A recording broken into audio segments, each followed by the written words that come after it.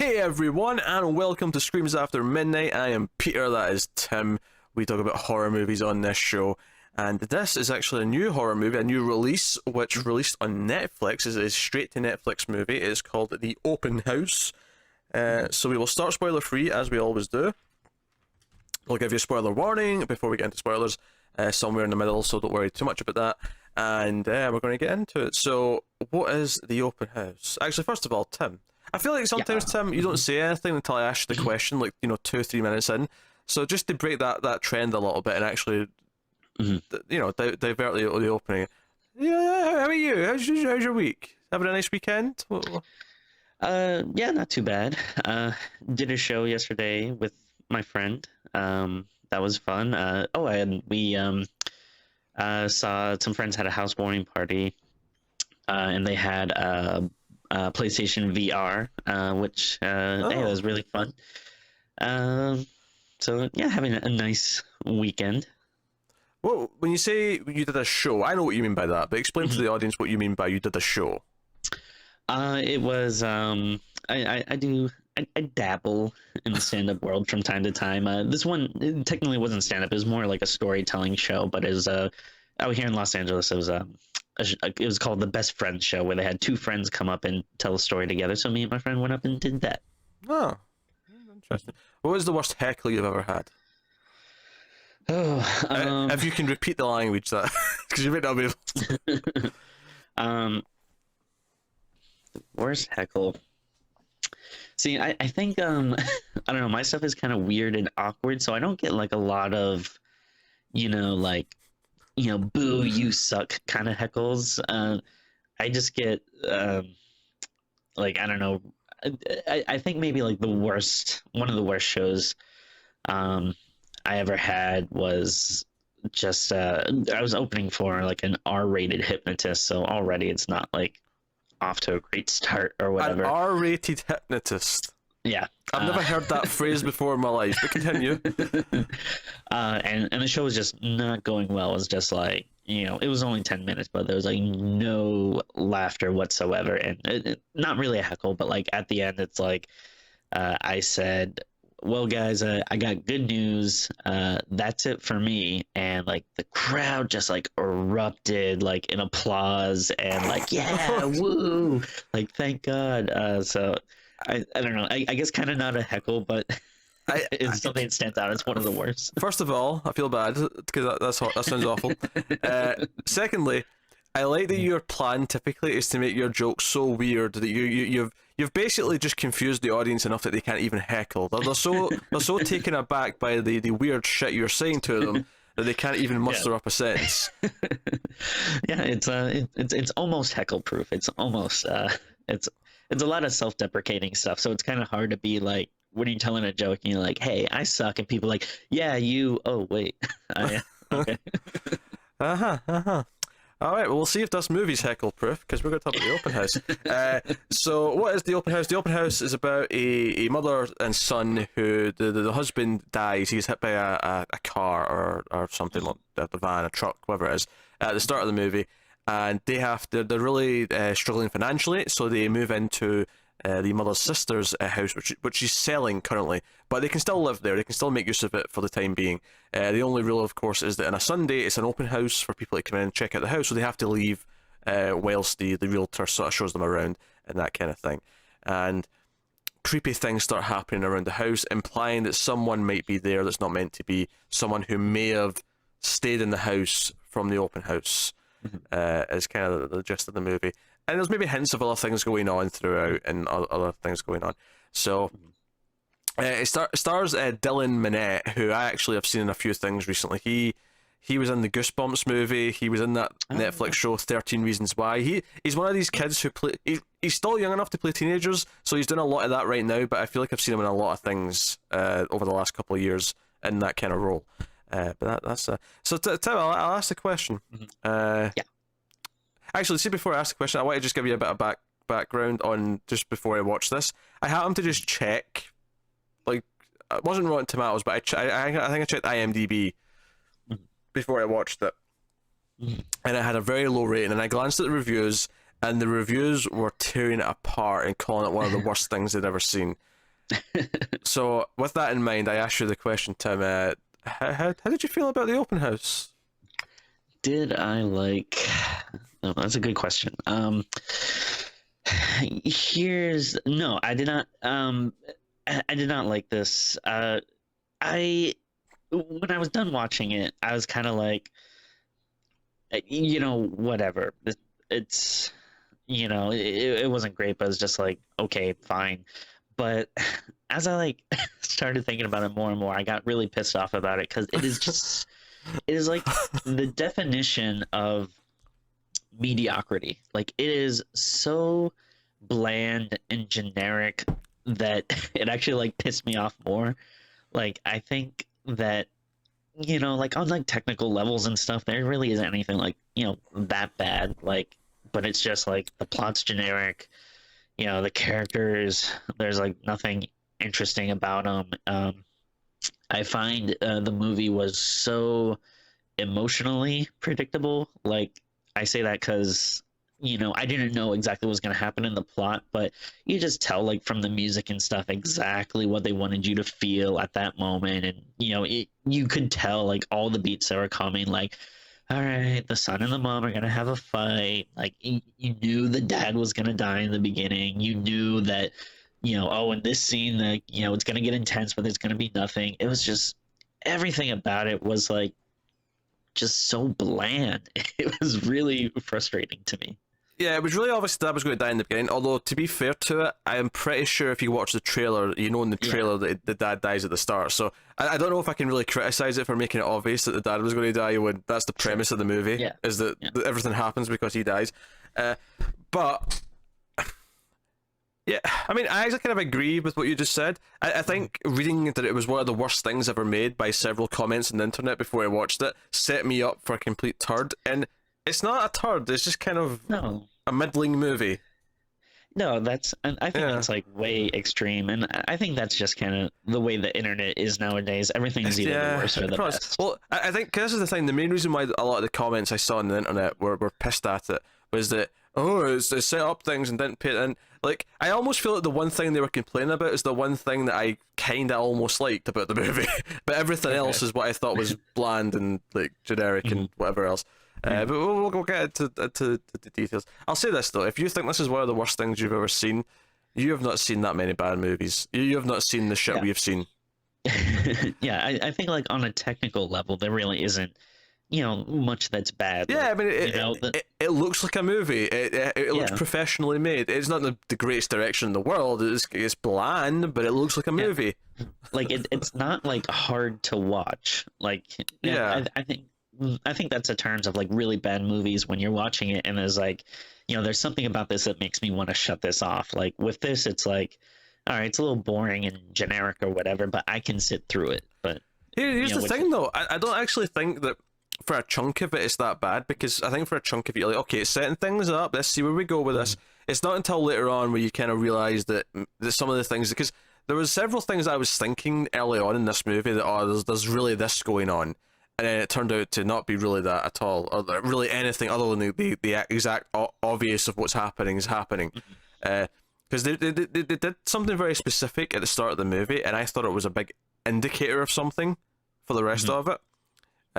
I can't go into it too much without spoilers, but I will say in the spoiler-free section that they make a big deal early on where he takes out his contact lenses, and they make it like it's real close-ups of his eye, and he's taking out his lenses, and it's really kind of disgusting, to be honest.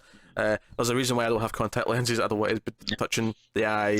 I looked away from the screen. I can't handle like people getting that close to eyeballs.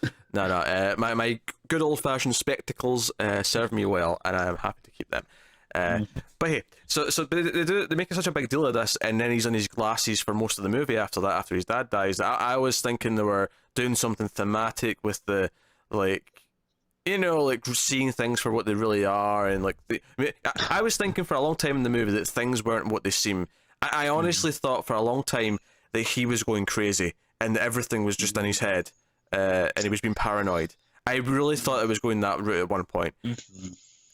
It's not. It's just exactly what the movie's kind of pretending is happening. I mean, honestly, I'm not really sure what exactly this movie is going for. we'll get more into it in spoilers, but like, you know, like by the end, I was kind of like, huh, like, okay, like I thought, like, oh, like there's some interesting ideas here, but it doesn't feel like, I don't know, this movie really executed anything well. It's not fully developed. The execution is kind of lacking. There's one or two okay moments. I think that there's a couple of creepy moments that kind of they work because they're tried and true methods and they kind of function on their own well enough. But you don't really care about the movie that much, so it's hard to get too invested. Here's the thing, though. I actually kind of like this idea, the core idea of the movie. And when I say the core idea, I mean simply the idea that there's an open house and someone stays in the house from the open house. And I like that core idea. I mean, and if you weren't totally sure what the premise of the movie was, at one point, the main character, like, literally says it out loud. Oh, like, yeah, yeah. Like, that, I thought that was so cringeworthy. Like, he just turns, like, you know, to the other characters, like, have you ever thought about open houses? They're kind of creepy. Blah, blah. And I screamed at my screen. I was like, yes, we know what the movie's about.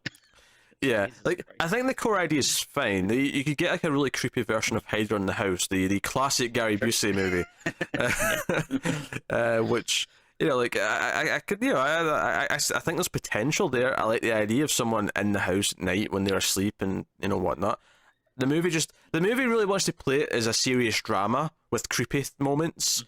And the result's kind of odd, and it's obsessed with red herrings. There's like a few red herring characters where it's like, oh, this could be the creepy killer, or this could be the creepy killer, or this could be the. Tries so hard. I say killer. There's been no killing up until that point in the movie. It's actually quite late in the movie before anyone's injured in any way. I will say, as a person who you know, has recently been house hunting, you know, last year. I thought you were going to say as a person who's been recently killing people. Or as a person who recently hid in the house after an open house. Well, you know what you're supposed to do when you kill someone, right? You got to get that acid, baby. That's a callback from Tales. Which they won't see yet, because this goes up first. But yeah, that's fine, Tim. That's fine. You make references to future discussions of Tales from the Crypt. You do that. What the hell was I saying? Oh yeah, I've been to a lot of open houses recently, and they're making way too big a deal about this. First of all, almost every open house I've been to, the owners have still been there. They make it seem like they have to leave. Like when the open house is there, like the realtor's like, "Get the fuck out of here! What are you doing?" Like it's not like that. You go knowing there are still people there. That's not a big deal. That said, it reminds me of a scene from early on in Lethal Weapon 3. I don't know if you recall this, but I've never seen any Lethal Weapon movie. Really? Yeah. Oh, that shocks me, Tim. That shocks me. That's something to do this Christmas, because the first one's set at Christmas, so you could have a Christmas marathon. It's not a horror movie. I'm not gonna watch it. Tim, Shane Black action comedy. It's worth it. Seriously. I don't know. Anyway. But this is the start of Lethal Weapon 3. Leo has become a realtor, and he's trying to sell the house for them. And the entire time he's showing this couple around the house, and it's very funny because he's describing all this damage that was repaired from the second. Because the second movie, like a lot of it got wrecked and stuff. Okay. But he's like, sort of selling the house. But the entire time there's this sort of comical bit where Danny Glover and his family are hiding in the kitchen, and they don't want to be seen by the people buying the house. It reminds me of that. Are you talking about this? Okay. But you're saying it doesn't matter. They can admit there's people living in the house. A lot of the open houses I've gone to, it's been like the family has still been there, and they're the ones that like show you around, and you can ask questions of them. I mean, you know, it's not every open house is like that. Yeah, some are, you know, just blank and stuff, but it's really not a big deal. Well, yeah, if no one's living there, if it's a new house that no one's moved into yet, then yeah, obviously it'll just be empty. Like, obviously, you don't want people walking around in their underwear or whatever, but yeah, just the way the realtors were like, you have to get out of here. You can't come back for 5 hours. And I was like, give me a break. Jeez. I liked how there was nothing to do in the little town, because this is like fairly out in the middle of nowhere. They're kind of in the woods. There was like nothing out to do. There was like a little diner they go to. Yeah. And that's kind of that's what they do. And they go to the mall. And young, what's his name? Logan is the main teenager. He's upset because his mother is she's not really flirting. Like the guy's kind of flirting with her, but she's just kind of being, you know, pleasant and just sort of like making small talk. and he gets really upset. He's like, "Oh, come, mother, do you flowers?" I mean, admittedly, okay, sure, the dad just died recently, but he's over reading into the situation. But so yeah, you got some things. Do you know what I like is I think there's a couple of effective things here or there, right? I think there's one or two of effective things in the ending, and I thought there was a big thing it was doing over the course of the movie where it's like, oh, because he sees his dad get hit, and maybe there's this whole thing where he's not quick enough to get to him, like, because he's a runner, right? He wants to go in the Olympics. That's his dream. So at the start of the movie, you see that he's running, and his dad like stops the stopwatch. He's like, oh, 5 minutes and 7 seconds or whatever it was. And then later on, when he's running outside the new house, the mom stopped watching him, and it's like, oh, 5 minutes 35. You didn't do it. He's getting slower. I also suspected that the dad was maybe padding the time a bit, like he was intentionally starting the watch late to make him look better. Oh, really? Yeah. Oh. Not a big thing. It was just kind of like, oh, maybe he's cushioning it so he'll feel good about himself. But he's getting slow because then the next time he's running and the mom's got the stopwatch, he actually like stops and throws up. He can't finish. And I thought it was like, I thought one of two things. One, okay, is the person in the house like slipping on pills or something, putting stuff in his food to like make him sick or something, something that would physically change him, or is it thematic and it's that he just can't get there quick enough? It's like that. And I thought it was building up to this idea the whole movie, and this could have worked fairly well, where the whole movie's about him having to save his mum at the end, because his mother is like in danger and he has to be the hero, he has to rescue her. I thought it was going there, and we'll save it for spoilers, but that gets thrown all out the window at one point where it completely does something else for no reason.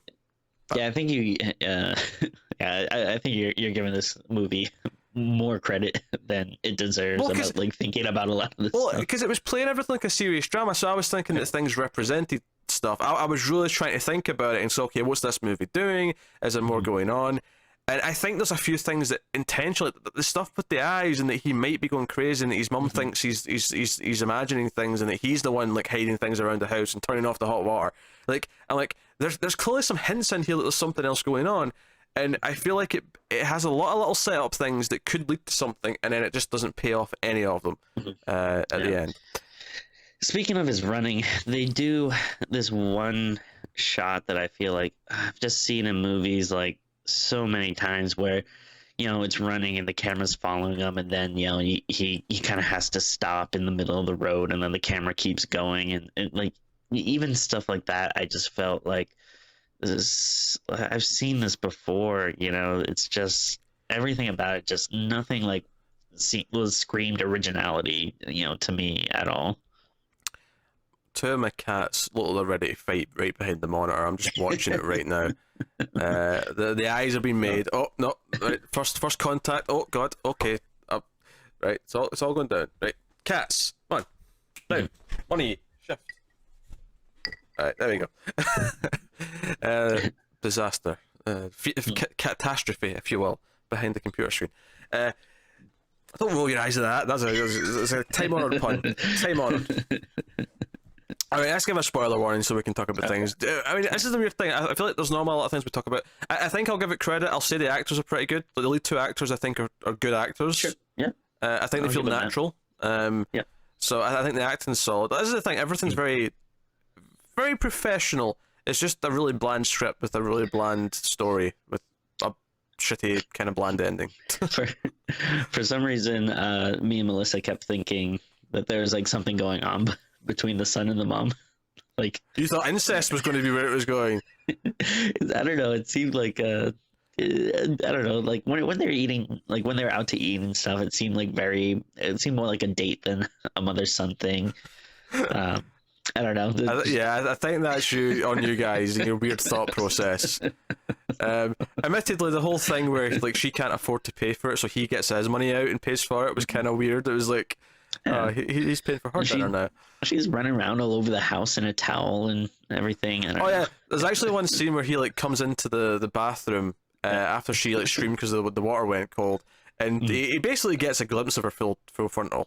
And she like quickly wraps the towel and says, "Oh, sorry, Mom." And I'm like, "I'm sorry. If I walked in on my mother and saw like that, even for a glimpse, I would be like distraught for weeks. Yeah. I'd be catatonic. I'd be staring into like a blank wall, just like try to like erase it from my mind." Yeah. but I don't know. Maybe that's why he was like so jealous of Chris. That's why I didn't want her talking to him. It's like, that's my mother. Yeah. A boy's best friend is his mother. Yeah.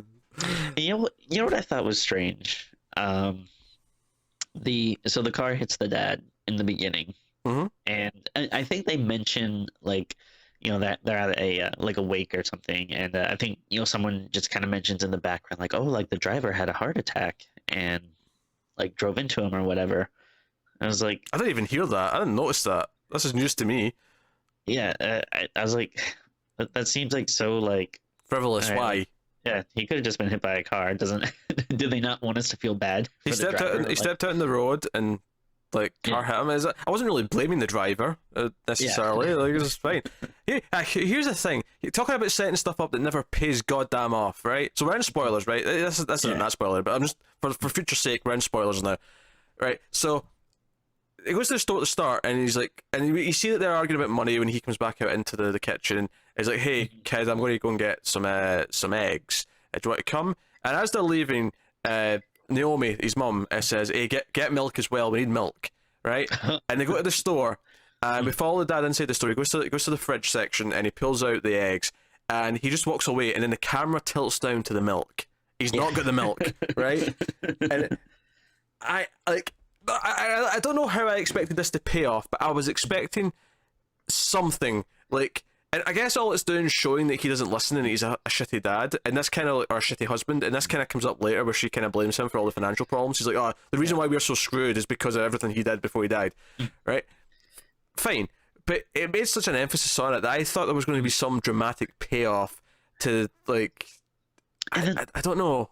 It's strange, and then like in the middle of the movie there's another scene where they're at like a like another convenience store or whatever, and she's buying stuff, and they show her walk by or grab something from the dairy aisle, and then it shows milk there as well, and it kind of lingers on the milk for a second, like. And this is the thing, I thought the payoff was going to be that in this scene she was going to go and reach for the milk, but she would pause, and it'd be like this little moment where it reminds her of her husband, right? It's not a big thing, but that would have paid off the earlier moment with the milk, where she goes to get it, and she's like, "That bastard never brought milk home. He never had milk on him when he died.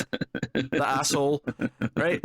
Or some, like just. Whether it was dramatic, whether it was funny, I thought that would be the payoff, would be like a little moment where she realizes that he never had the milk, or she'd feel guilty maybe for sending him to get milk and eggs, or something, right? No, nothing. It's just like, here's milk again. Got milk. This movie has milk. It's weird. Like, again, I just feel like, other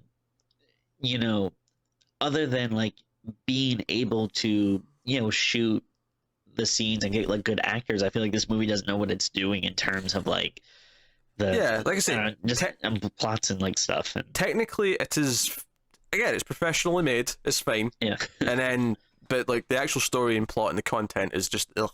And so by the way, just this is a minor weird thing with the milk.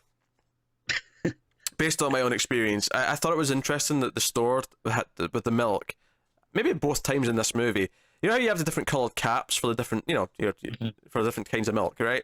It alternated in the rows. It was like, here's all the red caps in the yellow, then a row of red. They made like a pattern out of it, and I thought that was interesting. I've never seen that before. I've only ever seen like just all the red, then all the yellow, then all the. What's cool that they do at the there's a grocery store out here called Ralph's, and they don't do it at everyone, but some of the ones I went to, I guess maybe other grocery stores do it as well, but they take soda and like they'll have like the kind of the long 12 packs of soda or whatever that are in like those cardboard boxes. They'll like stack different sodas and kind of make like pictures out of them. So like a lot of times it'll be like for football teams or something, they'll like make a logo by stacking like different sodas and colors and stuff out of it. I'm always impressed by it. That sounds like a couple of really, really bored staff members. Oh, I'm sure. Yeah, they're just like, let's make an image out of the soda. That's what today's job is. I'm always impressed by it though. Like, they'll do it like for like football teams, and then like during Halloween and stuff. I was like, oh, that's cool. And then, but then I'm always kind of tempted to like actually just take one from there and like just ruin it. Well, it's product. It has to be sold. I mean, you know, all the stores buying these in just so they can make like fancy designs. Well, there's the convenience store tangent of the episode out of the way, so we can move on to other things.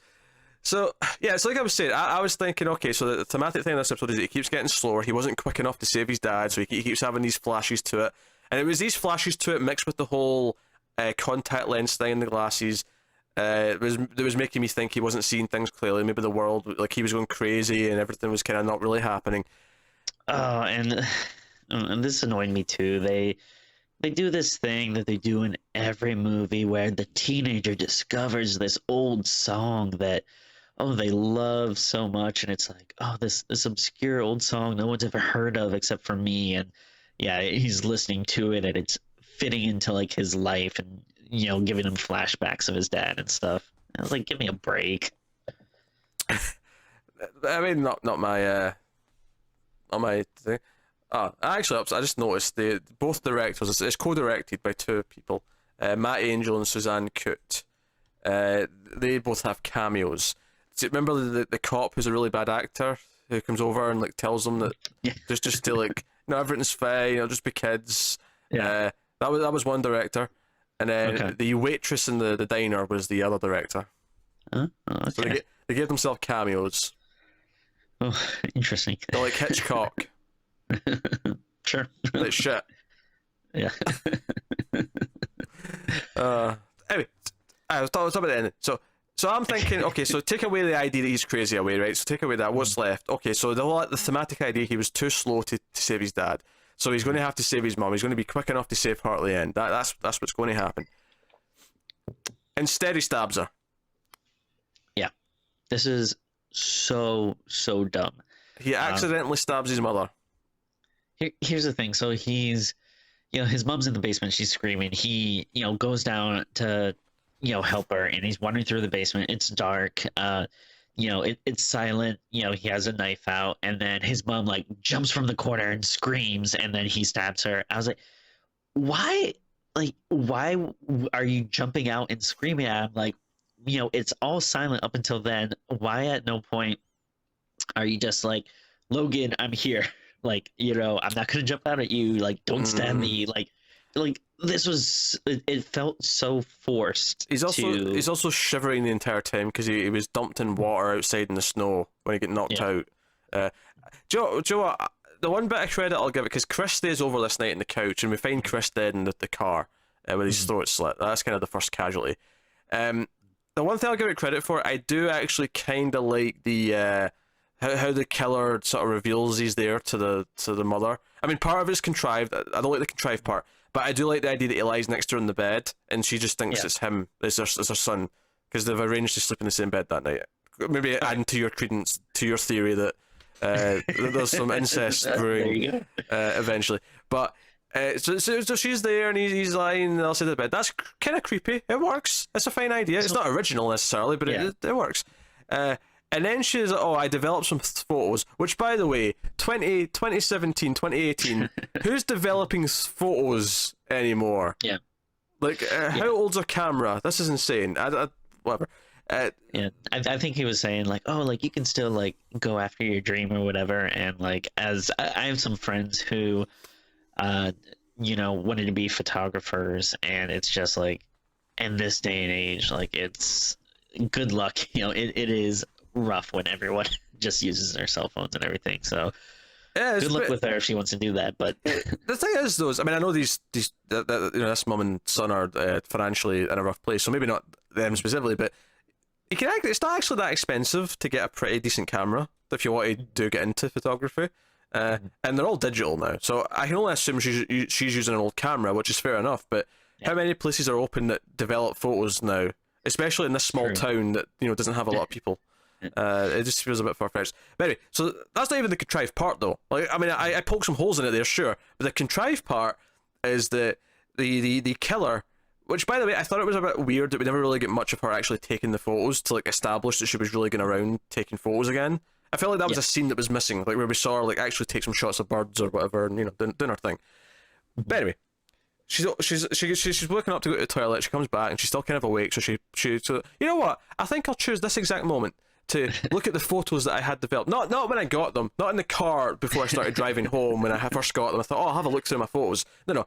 Yeah. It's when he's lying next to her in the bed that she decides this is the moment, this is the exact moment where she wants to look through her photos, and then finds, of course, that half of the photos were taken by the killer of her and her son sleeping at night in bed, and then turns to what she thinks is her son and is like, Logan, we need to oh no, you're not Logan, and then, you know, chaos ensues. So here's a big issue I had with the movie.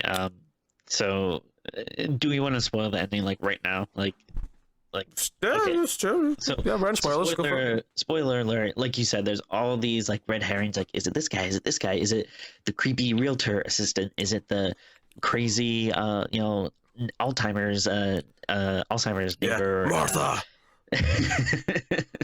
Crazy Martha who lives the house through the woods. Yes. Yeah. So there's all these red herrings, and then surprise! In the end, it ends up being nobody we know. So. My issue with that, which I think that is kind of an interesting idea to be all like, is it this person? Is this person? Like, no, it's just a complete stranger. Okay, that's kind of interesting. Oh yes, yeah. I admittedly, I don't know if I like that they have all these red herrings, admittedly, but typically speaking, when it comes to this kind of thing, I actually like it when it's a randomer. There's like with no motive, it's just someone who's a killer. I kind of like that. There's kind of a creepiness to that. Yes. I do kind of appreciate that they never show his face. It's this kind of thing and I think for me, there's a moment where Logan clearly sees his face, but we don't. And at that moment, I knew we were never going to see his face because that would be the moment to show us when he finds out who it is. Oh yeah, I think Melissa was saying. I think she looked at some stuff online and like, I guess like a couple of people are saying like, can we just say it was the plumber? Like. Yeah, because I guess people just wanted an answer. Yeah, so that's the thing. I don't have a problem with not having an answer. I actually kind of like that he's just a mysterious stranger. I'm cool with that idea. The problem is though we spend some time on these red herrings, which feels like a waste of time in hindsight. And then the ending is just too abrupt. Like, because I thought this is actually going into something that I had an idea for a long time ago. Long time ago, in high school even, I had an idea for a horror movie. I had a script that I was working on. Never finished it, admittedly. And it was kind of like a Breakfast Club meets Halloween, right? So it was like, one night in a school, group of kids on their own, they're setting up like a dance or something like that, and there's a killer in the school going around killing them off one by one. And my whole thing is, no, the killer's random, we don't know who it is, we never really get a full proper answer. But at the end of the movie, I had this idea where after the killer kills the last person, like he would succeed, he'd kill everyone. We'd follow him home, and we'd see the killer would get in, and he'd have kids and a wife. He'd have like a normal life, and that would be kind of like the creepy, eerie kind of ending. Like, yeah, I mean, you can argue how good that is, but I was thinking, oh, maybe they'll do something like that at the end here. We'll see that he's just a normal guy or something, and whatever, or something else. But I don't know. Yeah. Instead, it just quickly cuts to him. His car driving past another open house sign, as if this is what he does. He goes around the country, get into open houses to kill people. Open house killer. One might say it's an open shut case. Oh, there you go. So here's my issues with it. So, first of all, I agree. Yeah, I don't think the problem of having red herrings is fine, whatever, if it wasn't like this movie is forcing it down your throat, being like we want you to think it might be this person or this person. Like it feels like way too much. But the issue that I had is they kind of make it seem like the killer is obsessed like with the family, because they show a scene where she finds a photo that's like all cut up. And then like there's that one scene where they come home and it looks like he prepared a dinner, like he wanted them all to sit down and have dinner together, which is why they call the cops, because someone clearly had been here and done something. And my thing with that is, how long have they been in this house for someone to become like obsessed with them? Well, that's why I think you have an expectation that it's not just some randomer. You think it's someone who knew them. I'll be honest, Tim. There was part of me thinking, if they reveal us as the dad, I was going to riot. Like, because this is the thing though. I was actually expecting them to have that bullshit twist that somehow the dad's not dead, and somehow it's the dad who's the killer, and he's obsessed with him. Like, I almost thought they were going to do that at one point. That would be crazy. Not because it's a good idea, but just because I was like, well, Yeah. it kind of feels like it might be set up for that. And I think this is Yeah. the problem, is that it sets up so many little things for so many different ideas that ultimately at the end, when it does nothing with any of them, it just like quickly I thought Logan's death, because he, after his mum dies, he just runs out into the woods and he hides for a little bit, and then he gets found at sort of dawn, and we don't even see him die. We just kind of cut away and then he's dead.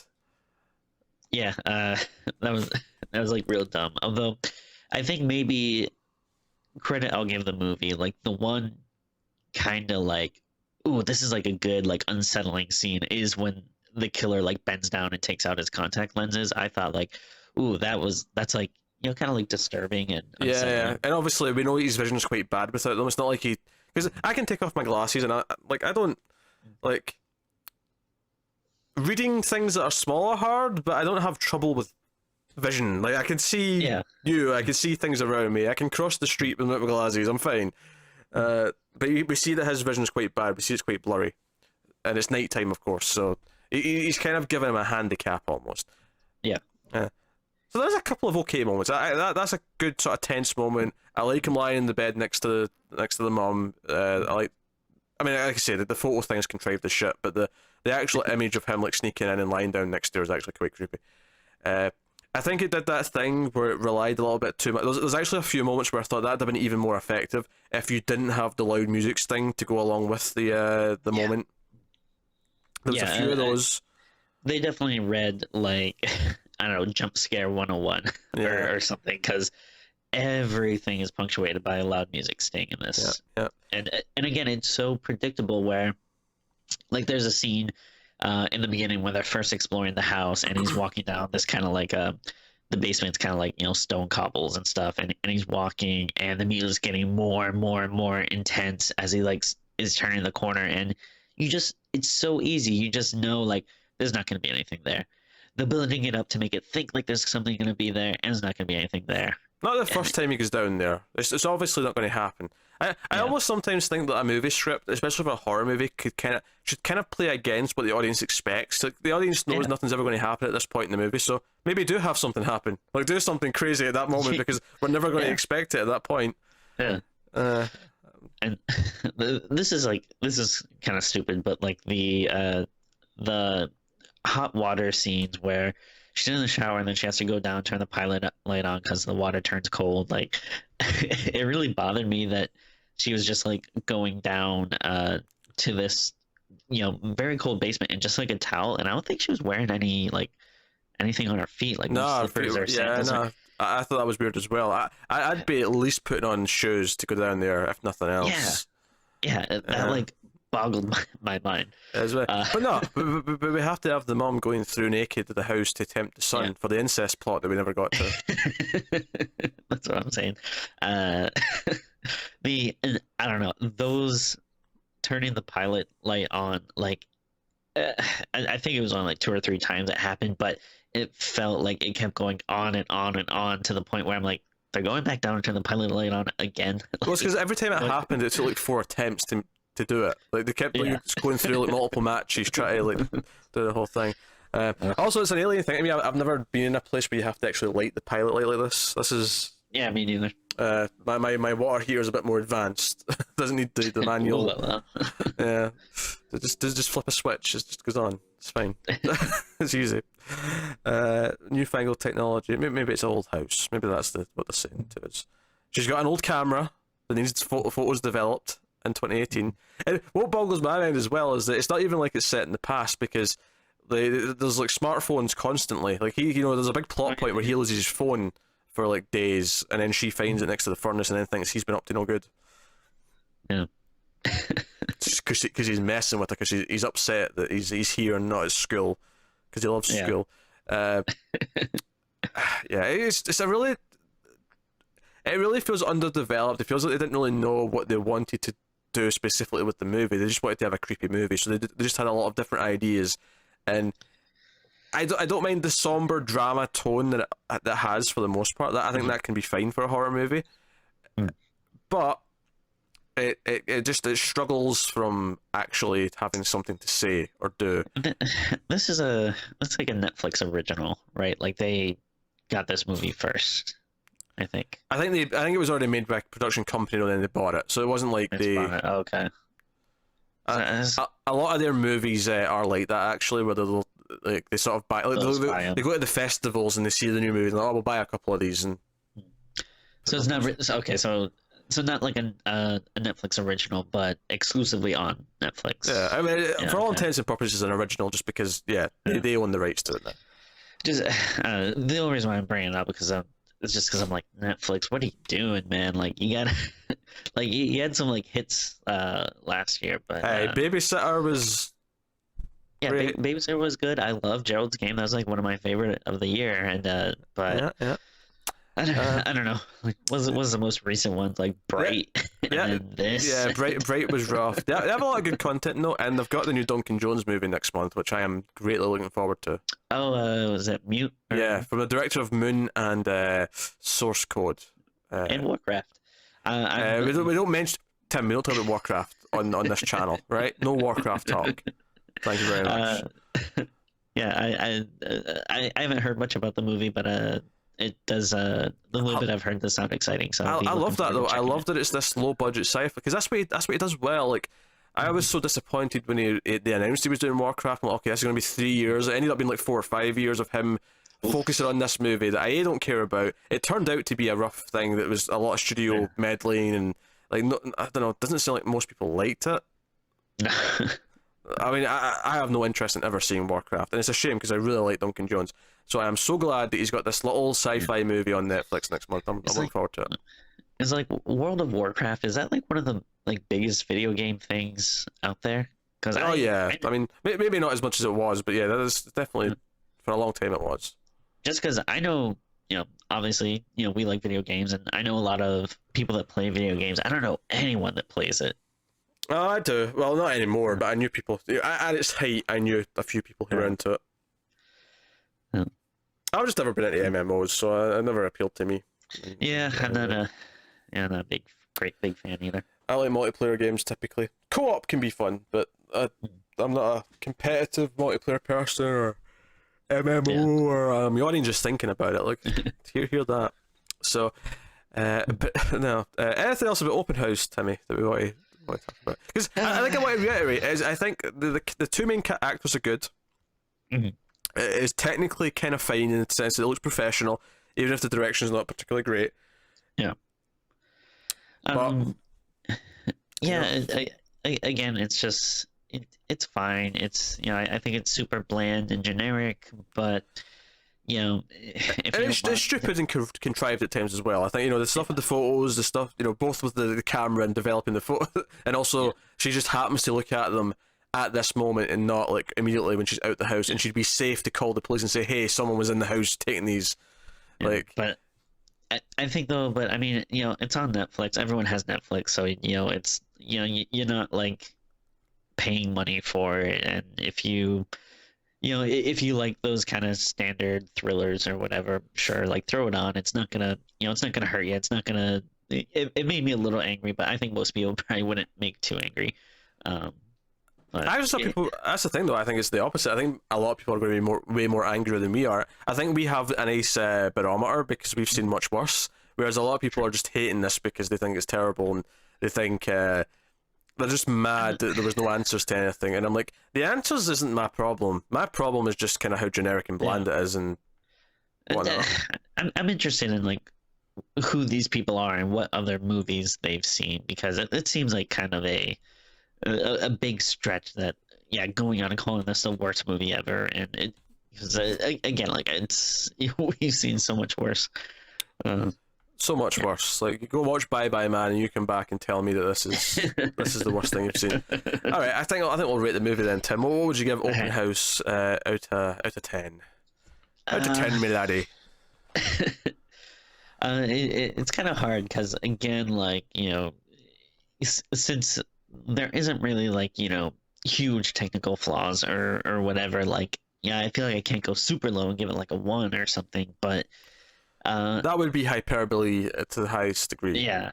So but I feel like even giving it something like a 5 or like even like a 4, I feel like those are movies that I would enjoy more. So I think we're gonna go like a 3.5. To me, that's kind of the like, you know, technically there's nothing super wrong about it, but like it really didn't do much for me, and you know what I mean. I don't know. It might sound like a little harsh for again, kind of saying that there's not like we've seen worse, and it's not huge technical flaws, but again, I feel like I can't really give it that much more. I think like a 4 would be something that I still kind of enjoyed a little more, Sure. I'm giving it an 8 out of 10. What? Sorry, I meant half that. I'm giving it 4 out of 10. I'm giving it 4 out of 10. I think it is it's just in this really mediocre place. I don't think it's quite in the middle to give it a 5, but I think I go with a 4.